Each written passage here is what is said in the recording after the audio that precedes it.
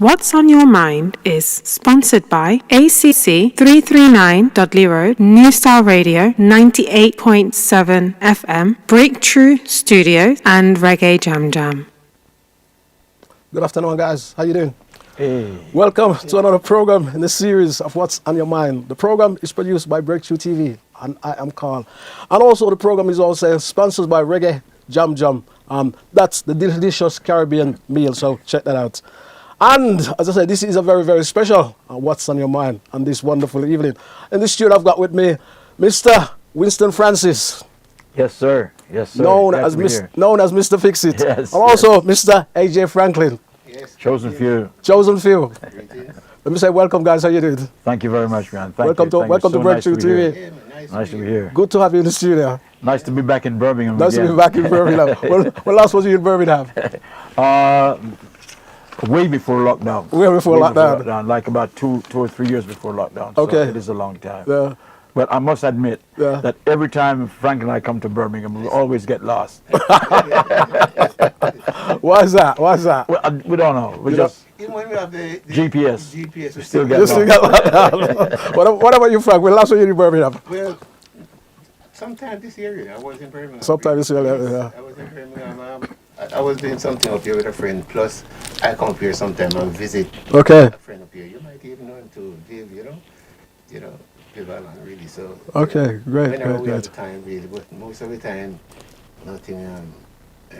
Huddersfield, But Yeah, that's great. where the music sells more time. Great, great. We're gonna talk about. You got a big show.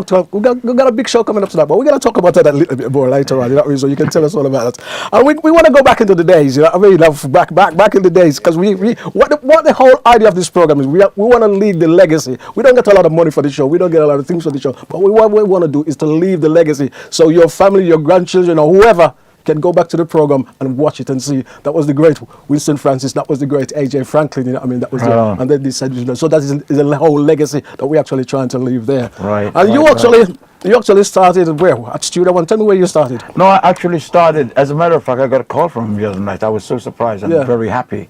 I actually started in the old era where there was no TV, there was hardly any radio. There was one radio station in Jamaica, it was called RGR. RGR, I know RGR. And there wasn't a direct radio. Okay. It was called Radio Jamaican Rediffusion. Okay. So it was a bit of wire that was ran straight from the studio straight to your house. All and right. if you live 50 miles away, that wire would go straight to your house. Right, because they used to bridge it. Mm-hmm. Like if you've got a television here and you want one next door, they just run a wire from your rediffusion to yours and vice versa. Okay. Right. So I started from that time, and I started as a contortionist. All right. I used to bend up myself, and they called me the Cobra Boy. Right. And I traveled the whole island with a traveling show called Bim and Bam. Okay, I've heard that. And Bim and Bam was the business. Yeah. And I must admit that I made more money out of the business more than a lot of other people. Yeah. Because I was a byproduct of a guy called Joseph Clemendor, who was a Trinidadian who came to Jamaica with his one-man show, who sang and did contortions, right? And he put out a bet that nobody in the island or in the Caribbean could do one of the acts that he did, and I did 3, right? So after he left, I became the Cobra Boy because he was the Cobra Man. So I got the thing, and during his shows, when he finished his show, he used to ask for an offering for the snake because he used to operate with a snake. Yeah. Yeah, it's a copy of a snake. I understand. It looked real. I understand. So he would ask for an offering for a snake, and he'd walk around with a big bowl, and people would drop coins into it, for a show. So when he left, I started performing as a Cobra Boy. I had a piece of black rubber hose, and we painted it like a snake. And after my show, I'd take the bowl and I'd walk around. Yeah. So I'd make so much money, man. Great. That's great. I could pay the rest of the guys. What about you, Mr. Francis? Because you was born in Westmoreland. Yes. And you end up in Kingston. Yeah, because I grew up in Kingston. And you was a member of the Chosen Few. Yes. But you was with another group before that. Yes. A trio. I started in 1967 with a group called the Federals. That's right, the Federals, yeah. And we have quite a few hits, but the one that stand out most was one called Penny for Your Song. Okay. And that was number one.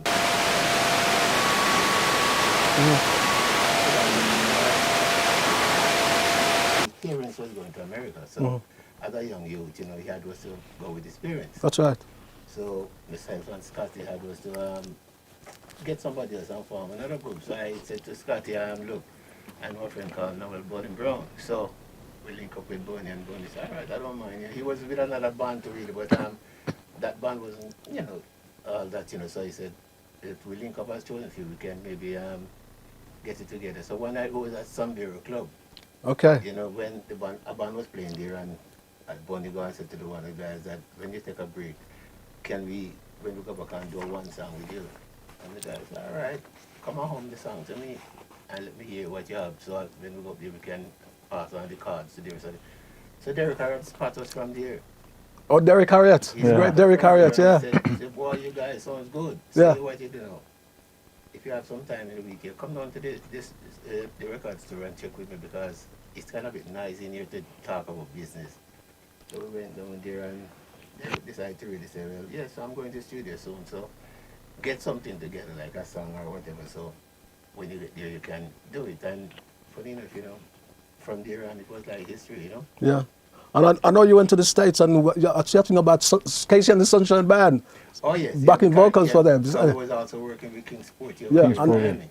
yeah. And Casey and the Sunshine Band and Sport was good friends. So while we were And he was married to Betty Wright. Yeah. Sporter was married to To Betty Wright. Yeah. Right. Okay. So while we were there and going to the studio, Sporty mentioned that, no, you guys, Casey and Sunshine Band is going to do a thing with you guys by plane.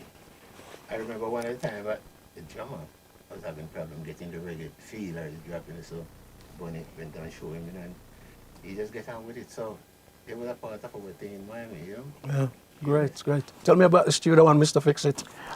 Studio One. Tell me about because we've heard a lot of things about Mr. Dodd. You know what I mean? Clear us up about Mr. Dodd. He was a teacher. Tell us about some of the guys that was at Studio One as well, and Mr. Dodd, because it's your early days. Yeah, Mr. Dodd, he was a teacher, and you may have heard, you know, a lot of guys. Yeah. Will say negative things. That's about right. Yeah, that's what I'm getting at. Yeah. It's a load of crap. Yeah. Believe me, because when we actually started recording at Studio One, Yeah. we were all living with our parents. Yeah. So we were under parental guidance. That's right. Right. So we didn't need anything. Our parents provided clothes, food, bicycle, car, wherever it was. You know, so we didn't really need for nothing. Yeah. It's when we start getting older, you know, and start having kids. And the thing about going to record is that if you make a record and it's played on the sound systems, yeah, when a dance is being held on a Saturday or Friday night, and you go to that dance, when them play, when you go inside the dance, you just scout out the prettiest chick inside the dance, and when your tune play, you just go across and say, dance now, you know. Yeah. It's my tune I have to play, you know. Yeah.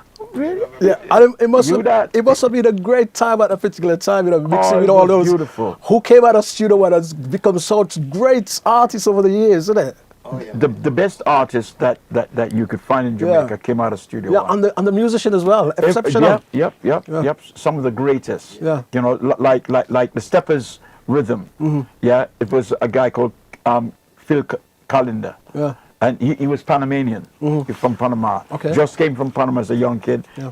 Got involved with music and started really playing. Yeah. And the first time he played Steppers was on Mr. Fix It. Right. You know, but you know, all the talent. Rickenbacker, the guitarist. You know, Leroy Sibbles. You know, Ernest Ranglin. Yeah. The best musicians you could actually find. Came at us, yeah. They actually went to Studio One. Yeah. You know, to ask, you know, if we can we work with you? Yeah. And Mr. Dodd would always say yes, Yeah. because he knew they were the best. You know, and he was such a nice guy. Absolutely fantastic. Tell us about days your experience. How I see it in those days, really, it was so good. Yeah. Because you go to the studio today to do something, and we have bad times and we have good times. Yeah. And some of the bad times, some good things come out of the bad times. Yeah. Because we will be going to the studio today and say, boy, we was at the studio last week, you know, and no money never run, you know. We can't well go back there and just fall in love with the music. Yeah. You still go back and today, and you get the best songs. You get the best songs. Those are the times when you get the hit songs. Seriously. Very You get true. the hit song from there, and you're saying, my goodness, look at that. And we didn't want to go, you know, because we feel like we're not gonna, but it's just a love of the money why we stick with it, Yeah. It's not the money, it's the music. Yeah. Yeah, yeah. You know, it And the love, I've always, in the early days, I always thought it was also the love for the music. It's just the music. Do you have It's love just for the music? Yeah, you know what I You mean? go into the studio today and you realize it's not my session, it's my friend's session. But you go there. Yeah, and you're then going, you help. And you and get, you help. You know, and yeah. you never ask for anything. Yeah. You know, you go to the set, like two of my really first big hits. The reason why I actually came to England Yeah. was I did California Dreaming. Yeah, I've seen that, and, yeah. and To Experience. That's right, yeah. And the day when I was, I did the voice, but I needed the backing vocals. And Mr. Dodd had 3 Indian girls that used to do the backing vocals. Mm-hmm. And Bob was supposed to go and record after me, Bob Marley. Bob Marley. Right? Yeah. So we were up sitting by the water tower, right? And the big wooden water tower that cooled the pressing plants. And Bob was up there playing his guitar, and we're all chatting and laughing and singing. And he turned to me and he said, Cabra, when you going to do your session, man? When you going to put on your things? I said, the girls don't come yet. I'm waiting on the girls. And after about an hour or so, he turned to me again and said, Cabra, I want to go, man. So when you going to do the thing? And I said, the only way. And I never call him Bob, I always call him Robert. Roberts. You know, I say, Rob, the only way we go get to do it is, if the girls come. Yeah. And I said, then me and you can't go do it. I said, can they? Carly Ken, man, we're going to do the thing, man. And we went in. I told Morris, he was the greatest engineer that come out of the Western Hemisphere. Right. Is Morris. Morris. Right? Sylvan Morris. Yeah. And we went in and we did the backing vocals. And when we finished, Sylvan was playing the track to Mr. Dodd that night. Yeah. And when Mr. Dodd, and a thing with Cox and Dodd, he never played the music loud. You can hardly hear it. All And I right. said to him, Mr. Dodd, turn up the music, no man. Him said, Winston, never listen to music with your ears. Yeah, that's listen with your heart. With your heart, yeah. Yeah, that was Mr. Yeah, Dodd. yeah. And when he was listening tonight, he said, Jesus, my girl, them sound sweetie, them sound like angels. Yeah. Here, Bob, and we are called the girl. Him said, no, the girl, I'm going to do the back and go. Him say, and me, I'm Ken, and Cabra do it. Yeah. Him say, is you guys do it? Him say, well, it sound like angels. And what's the track? Experience, To Experience? To Experience, yes. And it was a beat track, I think. Was it on the other side of the It was To Experience and the first track you actually mentioned? It was California Dreaming. California Dreaming. It was the B side of California Yes, Dreaming. yes, yeah? yes, Yeah? yes, yes. Absolutely great. When I- Absolutely. When I look on things now, I just have to shake my head because at that time when we used to be in the studio, it's 8 track we're dealing with, so everybody have to play and sing at the same time. If the band make a mistake, you all have to Stop. Explain that a little bit more for me, because a lot of people don't understand what 8 track is. So you see when 8 tracks. Yeah, 8 8 tracks. track, Yeah. that means And that it was advanced then because we used to sing on 2 tracks. Wow. yeah. Music on one side and the voices on Voice the on next that side, side. yeah. And 8 track you find 4 musicians and maybe 4 artists singing at the same time or 3. And you find out the band just make a mistake. Everybody starts again. Sometimes your throat starts again. And the musicians get miserable because you see they're getting paid per track. Yeah. They're getting every track they record. That's when they get paid when they do a complete track. So when you stop, them say next. Yeah.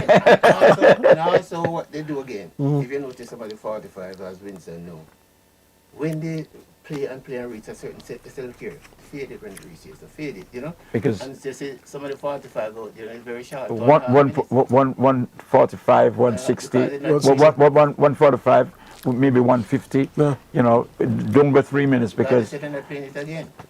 it's faded. Too much stuff. It's too much stuff. And so the younger people in these days are now people in music. They have it easy, man. You can do your voice here and send the track somewhere else to put on. So, Yeah. I remember one time we used to walk with these big 2-inch tape and the 24 track tape.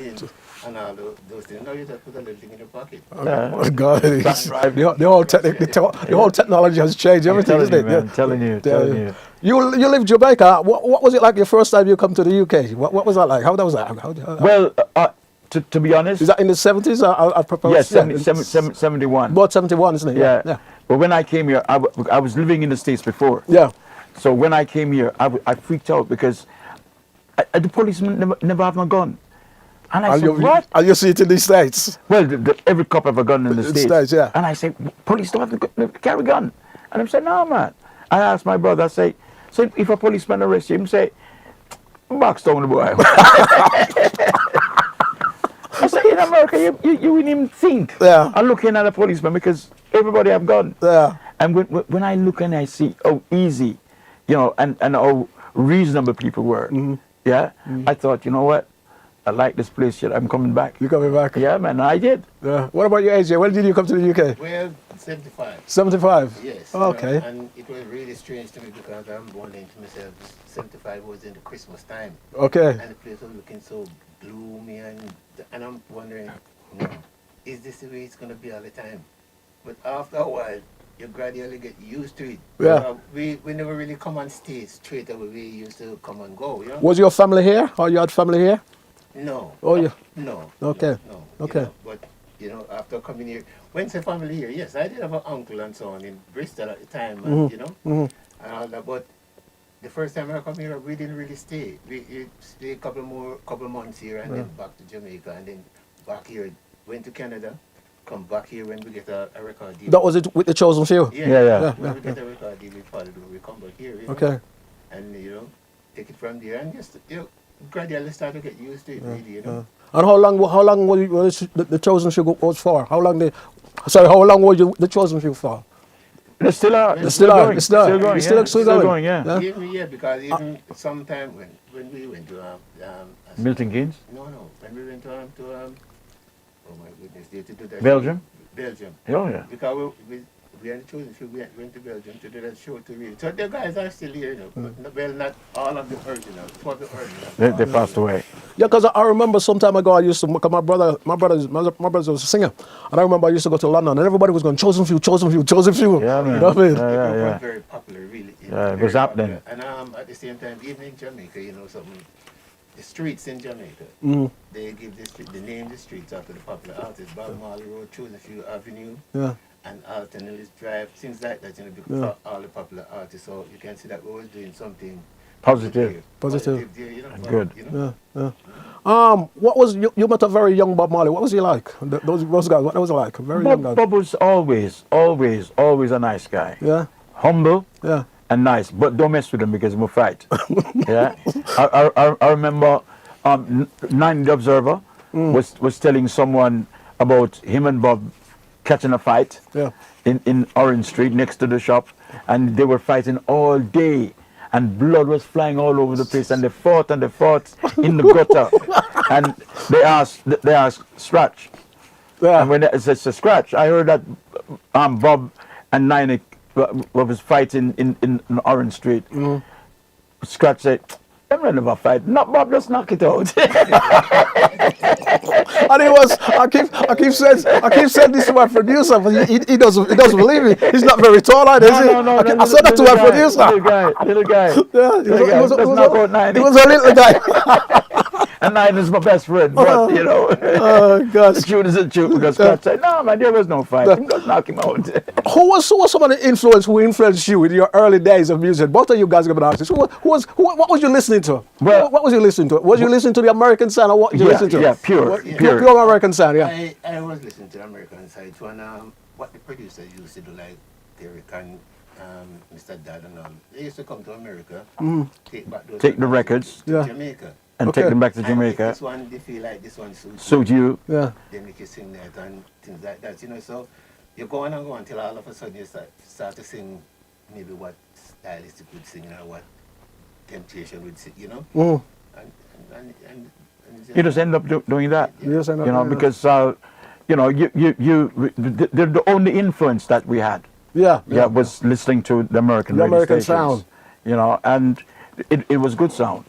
So we just copied them. I had a group called the Sheridans. Yeah. So I was listening to the Drifters. And we just sang Drifters songs until the Drifters came to Jamaica, right? And they were doing a show, and the people in the audience said, "This is rubbish. Get the Sheridans."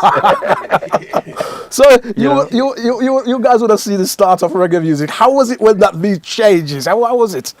How was it? It was a big change. It was the big change. It was a gradual change. Thing, because first there was Mento, then Calypso, then ska, and then the ska came, then Rocksteady, and everything. The transition was easy and smooth. Okay. and you just fell in line. And the music was always energetic. Okay. You know, like the ska was wicked.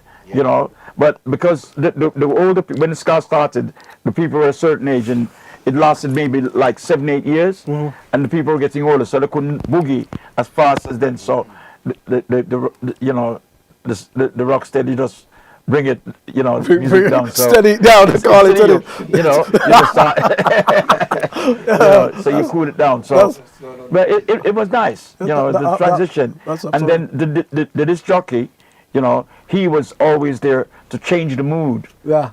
You know, of playing some rock steady, and then you play some ska. Yeah. You know, and when he's playing the rock steady, you see all of the older folks just sitting down and chatting away, and as he put on to his castle, you see them the transition was nice. You know, it was really nice. It was really nice. Well, you've had a very, very good time in England, musical wise. You know what I mean? Oh yeah. You've done some great albums and some great tunes. You know what I mean? Yeah. And you've even talk about the collaboration that you two actually done together. Stand Firm. Stand Firm, because you've got an album out, haven't you? You've got this album out which you've signed and given to me. yeah. Why not? It's the Stand Firm album. With Winston Francis and AJ Franklin. And how did this come about? Well, we had a friend, a producer called Terry Devine King. Yeah. You know, a really talented guy who does a lot of big band music, orchestras. Okay. You know, and we were doing some backing vocals for him, and we heard one of the tracks, and we said to him, "Why don't you write some songs for us?" Yeah. And he said, "Yeah, no problem." Yeah. And we started. He started writing the tracks, and we started, you know, writing the songs.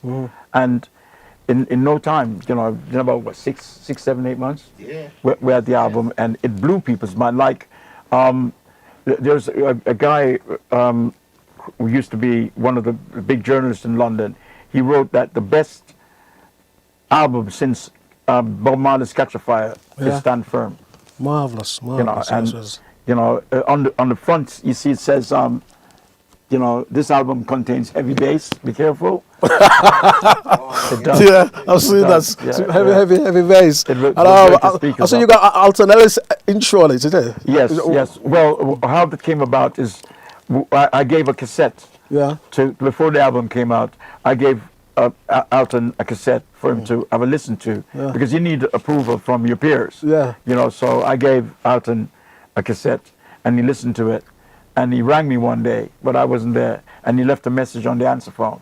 You know, and when we came to do the album, the message was so good that we decided to put it on the album. Okay. You know, and then 90, the Observer, he called, and we kept his message. And Dennis Al Capone and Dave Barker, you know, all of them, when they heard the album, they rang up to say, you know, hey, this album is wicked. So a good endorsement. So we just left it on the album. Marvelous. And hi guys, I've got a signed copy. And all right. If you play to them and they like it, all they have to do is my email address is so easy. Yes. It's me@winstonfrancis.com. Okay, there you have it. And what about you? What about your Mr. Franklin? What about your tunes? Because you've done quite a different tunes over the years as a solo artist. Yes, because the last one I did was with World Sound Music, Bill Campbell. You know. Bill Campbell. Yes, it did well. It did well. Yeah. You know, and even though some of the tracks on it, I'm still singing some of the tracks that I'm going to go. Yeah, but if you talk about a modern day pirate, that's Bill Campbell. Is it? Yes.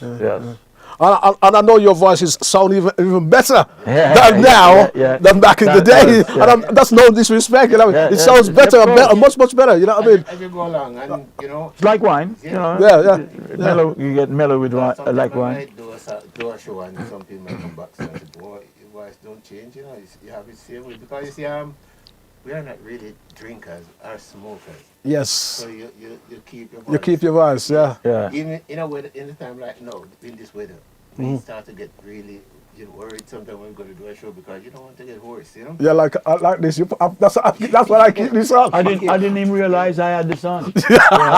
But you know, good habits die hard. That's the best thing to keep on right now. Yeah. To protect the To keep the instruments. That's you know? great. Keep That's it going right. because with the show that we're doing tonight, we want to be in top form. That's right. Great. At the moment, I'm in the process of finishing off one album I'm doing there, you know, Yeah. with Mr. Lyndon Lewis, really. So I have to go back there Tuesday to do another 3, and I'm sure after that is just mixing time. You know? One of the great English engineer. Engineer. Yeah, and musician. Lyndon Lewis. Lyndon Lewis. Lyndon Lewis. Yeah. One of the greats. And how did you hook up with him? How did you hook up with him? Oh my goodness. Oh, we've known him for years. I used to work at Easy Street. 30 odd years, almost 40 years. From Easy Street Studio to Mark Angelo. We follow him because he's such a good engineer that you want him all the time to work with you. Yeah. We knew him when he was a young man, and now he's getting old. Well, that is great. Well, that is great, you see, because you mentioned English engineer there. And we can tell you all a lot of the engineers from Jamaica. But when you come to like English engineers, No, he's good. It's a struggle, you know. I mean, even though we know they're out there, you know. I mean, so that is what this program is also about, you know. I mean, to sort of inform people about this sort of thing. Lyndon Lewis, a fantastic engineer. Great, fantastic. You Israelites. Tell me about this track, because I've been playing this track, Israelite. Taurus Riley, yourself, Freddie McGregor, and Luciano. Tell me how that track came about. I wrote that track way back in 1980. Yeah. Before my mom passed, because I went back to Jamaica, spent some time with my mom. I spent 8 months in Jamaica, between Jamaica and Miami. And, you know, myself, you know, and one of my neighbors, a Dread, you know, he was always talking about, you know, us Israelites. Yeah. You know, and he was saying that, you know, they come, you know, and steal our land, you know, and he says, I don't mind giving a piece of land to my brothers. You know, all we want is a piece of land, you know, to you know, make ourselves happy. Yeah. You know, so I wrote the song, you know, but he when he was talking about you know the Israelites, he's talking about the black Israelites, because that's what they truly are. Okay. You know, from Ethiopia. Okay. You know, and I wrote the song. So about 3 years ago, you know, I was talking to my brother. I was talking to my son. Yeah. And he said, Dad, that's a really powerful song. So I put it on a computer, did the music, and I brought it to him and I played it. And he says, Dad, you cannot do anything with that. He said, it's rubbish. You know, that's not good. You know, you need to do it live. So I said, okay. So we did it live. And when I was finished, he said, I'd love to get, you know, some of the people on it. You know, we want a collaboration of voices on the track. Yeah. So he got Taurus Riley. First he got Freddie McGregor. Yeah.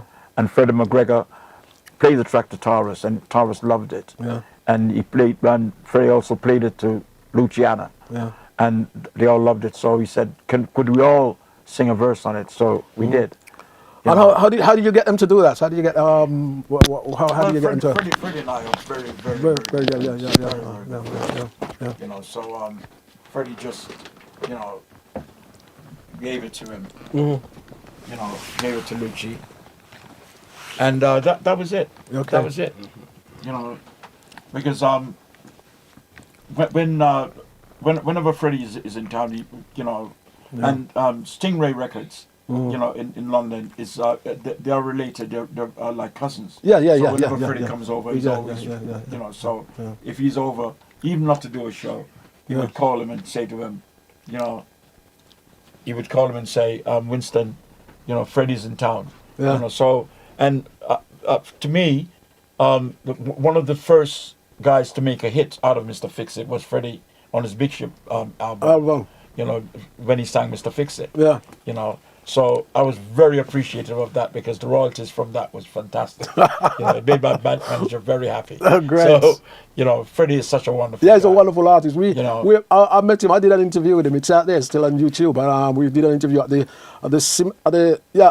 Jamaica 60th anniversary. Okay. In Aston Park in Birmingham. You know, All right. he was a great guy. And as I say, he's still out there on YouTube. You know, and then he was actually going away. We did it this Sunday, and he said he was actually going away He was only here for the Tuesday. All right. And then he went to the United States, you know what I mean? And then after Well, that... he lives in the States. He Yeah, lives in Miami. he went after the United States, you know what I mean? But So- Freddie's a fantastic guy. Yeah. Wonderful guy. And the last time I did a show with Freddie, it was at the Royal Albert Hall in London. Yeah. You know, it was David Rodigan at a big show. Yeah. You know, and they when the tickets were advertised on the Tuesday, it opened at 3:00, and by 4:00 all tickets were sold. So that... You know, but it was a fantastic show. You know, Great. and Freddie closed the show, so it was a fantastic show, really, really great. You know, so that album, that particular track, you know, I mean, it everyone plays it in the States, you know, and it's a great track, guys. It's called Israelite. Go and check it out. I'm an Israelite. Go and check it out. I'm an Israelite. It's a great track. Try and check it out. Yeah. Freddie Absolutely. McGregor, Luciano, Taurus Riley, and myself. Yeah. You know, You've also collaborated with Roy Cousins. the man, Yes, the man himself. Yeah. The man himself. Yeah. Great producer. Yeah. Great guy. You know, Roy has done so much for reggae music. Reggae music. You know, but he has not been recognized Yeah, as one yeah. of the great producers. But I can certainly tell you that he knows exactly what he's doing. And he lives in this country. He lives in Liverpool. He lives in Liverpool, yeah. You know, and a fantastic guy, really great guy, and he's a good friend of Adam. Okay. Coxon, who is hiding over in back there, you know. Big shout out to you, Adam. But yeah, you know, Have you worked with Roy Cousins as well? Oh yes, I was there with Winston. I was there with Winston couple months back there, you know. Because Winston was doing couple of weeks ago, right? Yeah. And he was doing an album, so I was there just to do some harmonies, you know. Mm-hmm. But it was a nice setup, nice everything, you know. And I was glad to see Roy again for after such a long time. Yeah. yeah, you haven't seen Roy in about 25 years. Yeah. Serious. Yeah. I hadn't seen him, but I spoke to him quite often on the phone. Yeah. Because Liverpool from London is It's a long far. way. Yes. Oh yes. Adam says it's a double. I just drive up and drive back. It's far. I know it's far. But yeah, I find it a tedious drive. Yeah. You know, but yeah, you know, Roy's great, and the album should be finished by. Well, you start mixing next week. Yeah. You know, and by the time he's finished, you know, it should be, you know, hopefully before Christmas. Yeah. It should be something. What is the name of the album? You know. I don't know. You I don't don't know? know. He hasn't decided yet. Yeah. But we decided to do a few of the old tracks. Mhm. You know, like My Conversation. Okay. You know, and tracks like that. Yeah.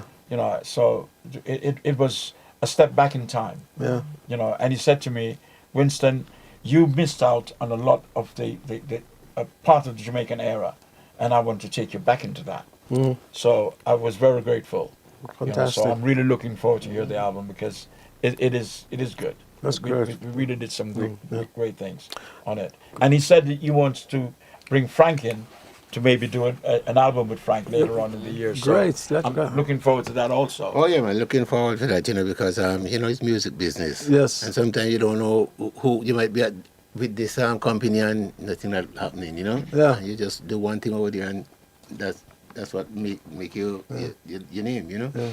So But the thing looking forward for that. the thing about recording is that you have to be current.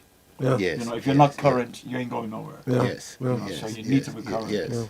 Yes. So Well, let me ask you then, who are some, I mean, I know you guys been, you know, doing a while.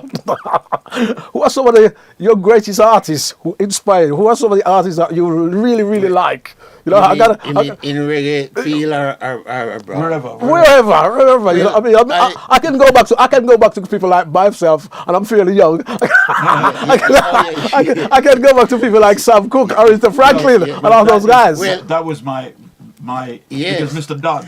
One day I was home, Yeah. and he drove round to my house and he said, Winston, I've got a track for you. Have a listen to this. I want you to do that. And that was Jen Gang.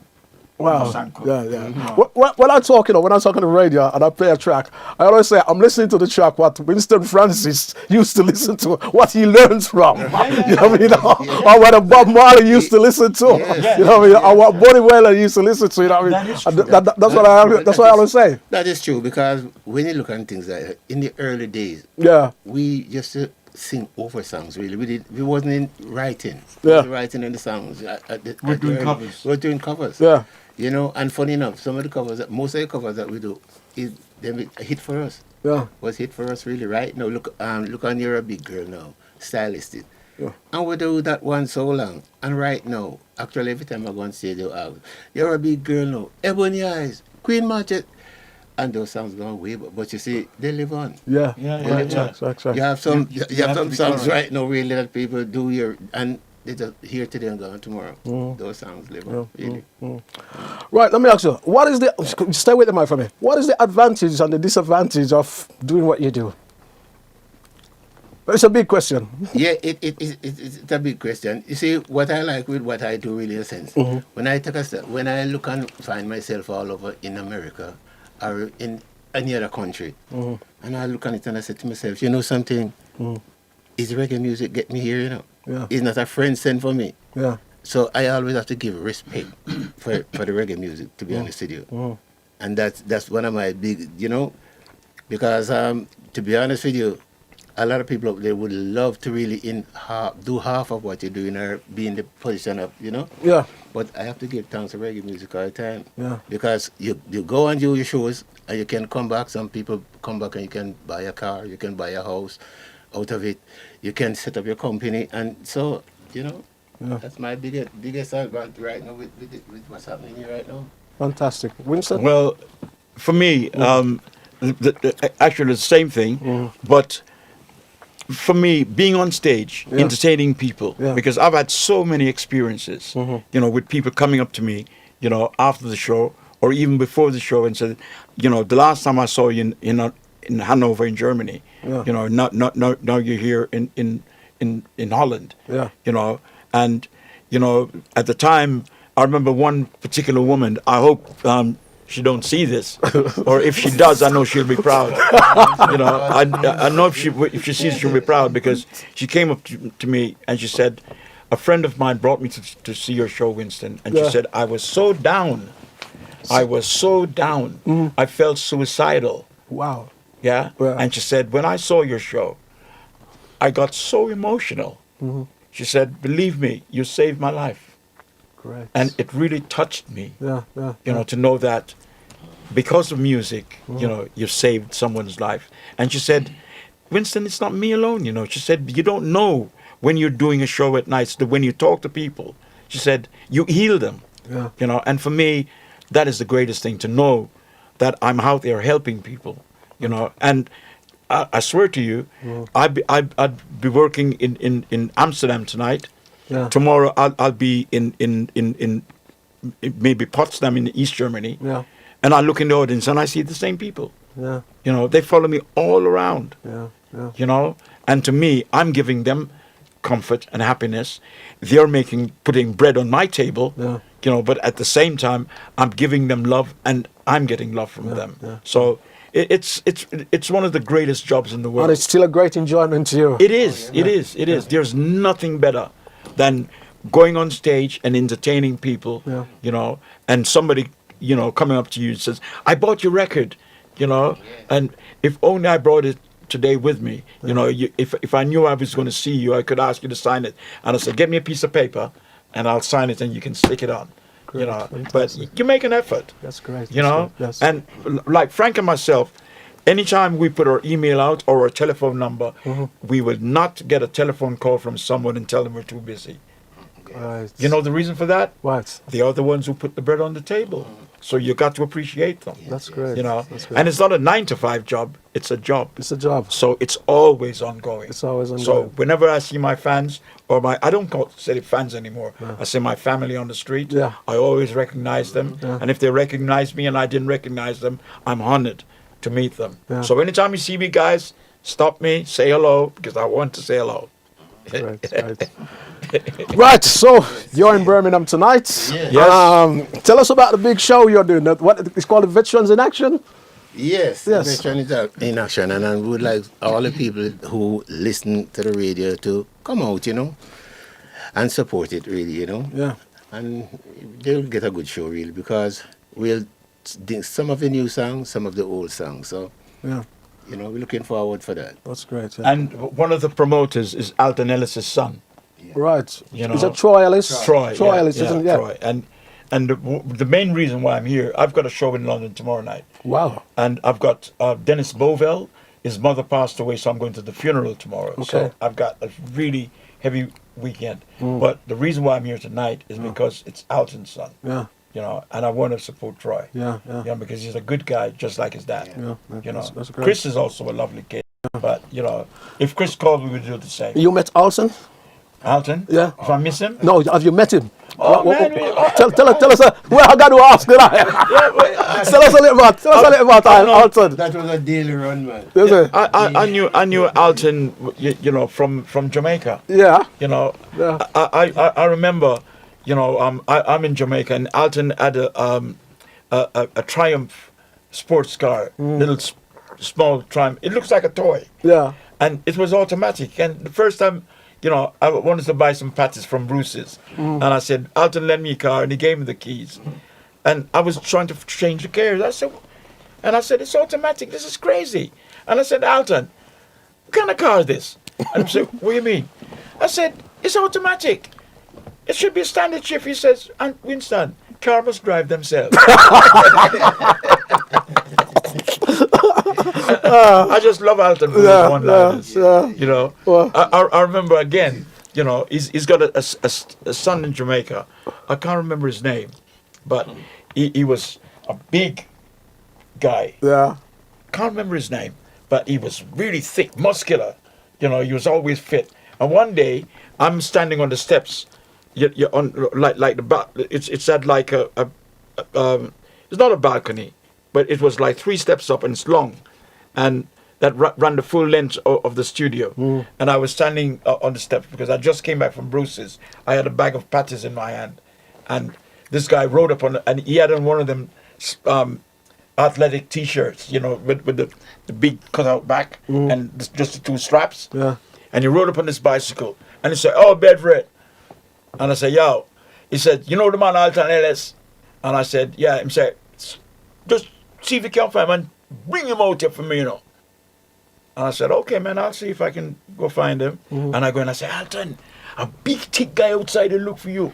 Watch out because him look like violent." And Alton said, "Well, I'm going to take a peep and him go out." So him said, "I'm going to box down the boy." I said, "No, Alton, him look dangerous." And him just walk out. I said, "Oh, you ought to call my friend and tell him." He said, "Daddy, I just called my call you know, because I want the money." It was his son. Oh, gosh.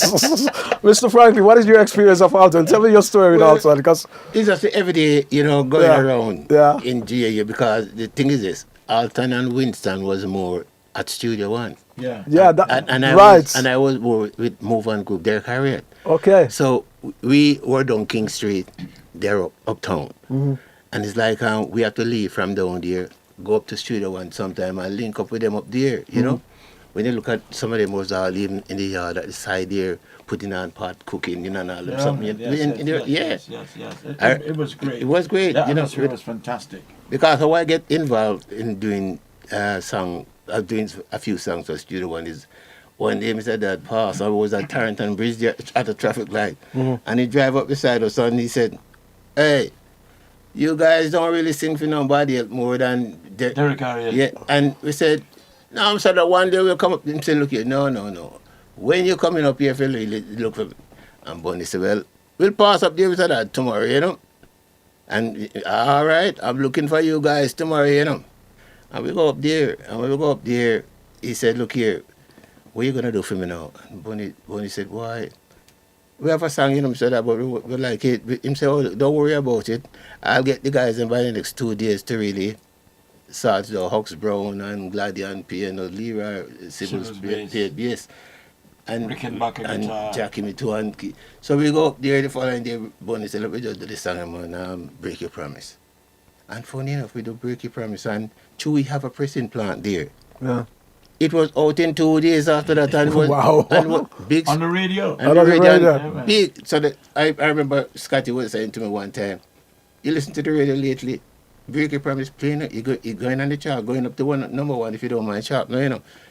And for the whole day, I listened to this radio because I said I have to hear it for myself. You You know? can't believe it. Yeah, Can't believe because it. I say just 2 days we do that. But as you know, as I said before, you have the pressing plan there. You can just say as soon as done, straight into the pressing, and it's out there. And funny enough, it turned out to be one of our major songs today. What is it called? Break Your Promise. Break your promise. Break Your Promise. Yeah. That's great. Yeah. That's great. Yeah. Tell us what people can look forward to from you tonight. Well, I'm singing some of the old and some of the new. Okay.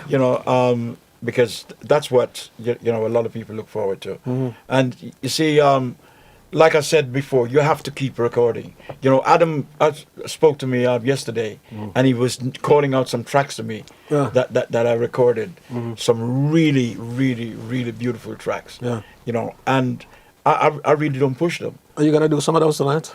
No, I won't do some of those tonight because I'm doing songs that people will know. Okay. Yeah. Like about 3 years, maybe 3 or 4 years ago, one day I was home and a girl called me from New York, and we were talking, and she said, "Winston, I just picked up a Dennis Brown track. Yeah. He re-recorded Mr. Fix It." Okay. And she said, "I really love it. It's really nice." And I said, "No, it can't be Dennis because Dennis didn't record Mr. Fix It."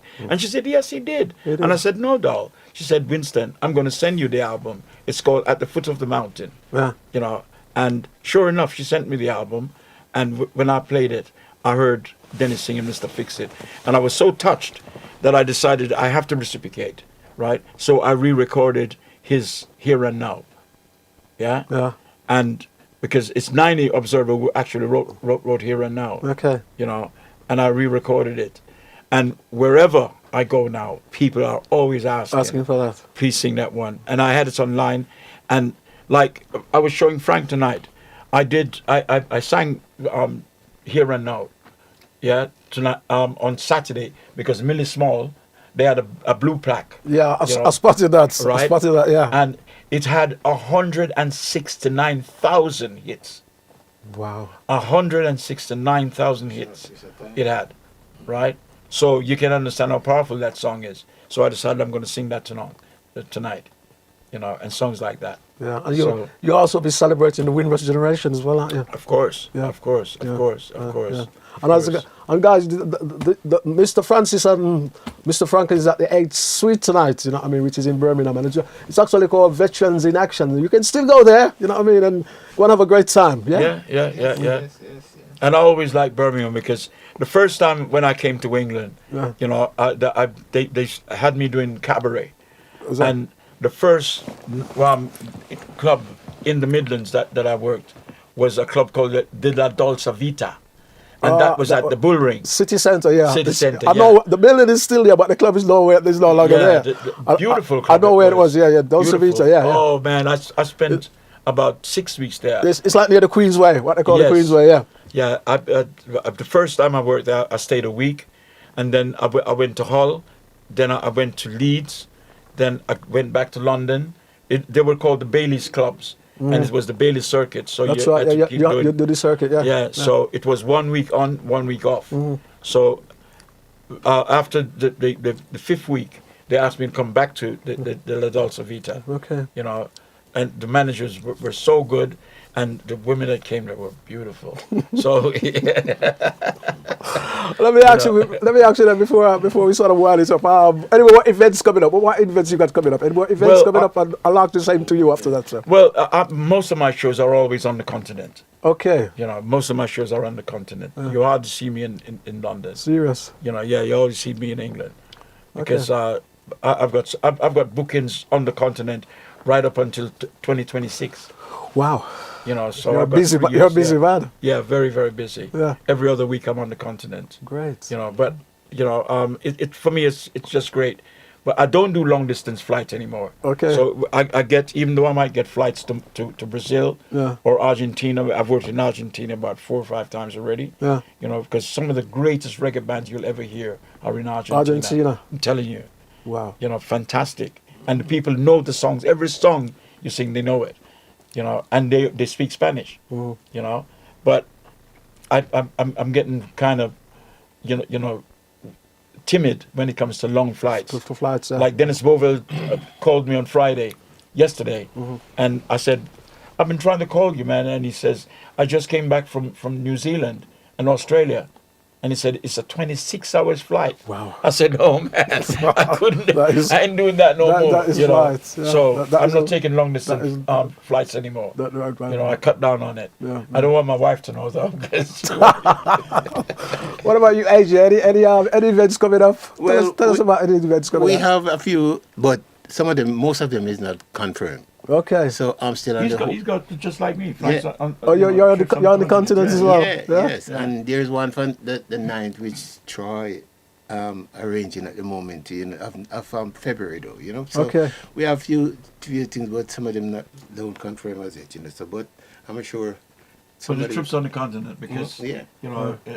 it's so big. Yeah. Like in Germany, I would work in 12, 14 different cities. Mm-hmm. I remember I was working in Hanover, and the promoter came to me, and he said, "I've got a show in Leipzig." Yeah, and I said, "No, man, I got to go home, and I'm tired." He says, "It's been booked." I says, "No." He says, "Check your bank account, man. You've got the advance already." And I check it out, And from where we were, it's like about 6 hours drive. Yeah.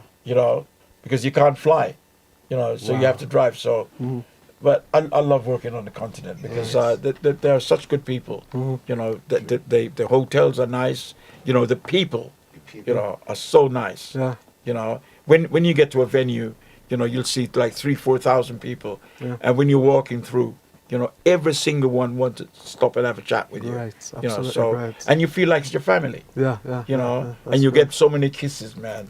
And hugs. And hugs. And it's genuine people. Genuine people. People really, like the Italians. When you work in Italy, man, they really love it.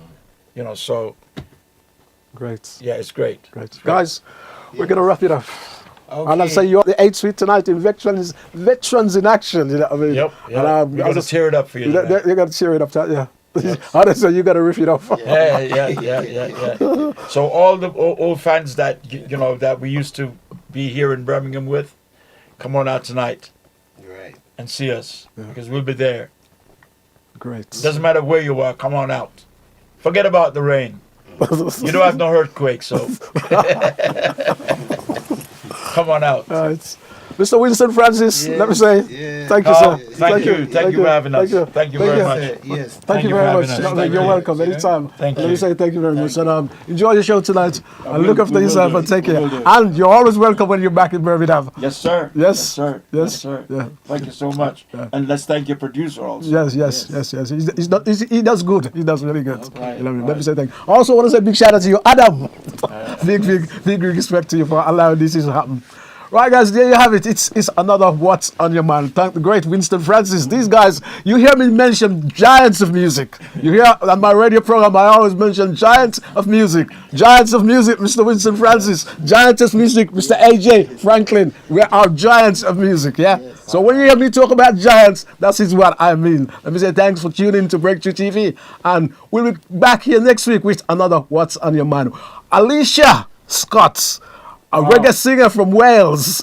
We should be have her on the show in the next program. Also, I want to say big shout out to Marcia Dunkley. Big shout out to you. Thank you for being on the last show. We say have a great afternoon, have a great Saturday, and go out and see these gentlemen here, these guys in Veteran in Actions at the 8th Street tonight. They'll be there. So look after yourself. God bless and thank you. Breakthrough TV. Thank you, producer. Thank you, Adam. Thank you guys for tuning in. Yep. Respect. Bless.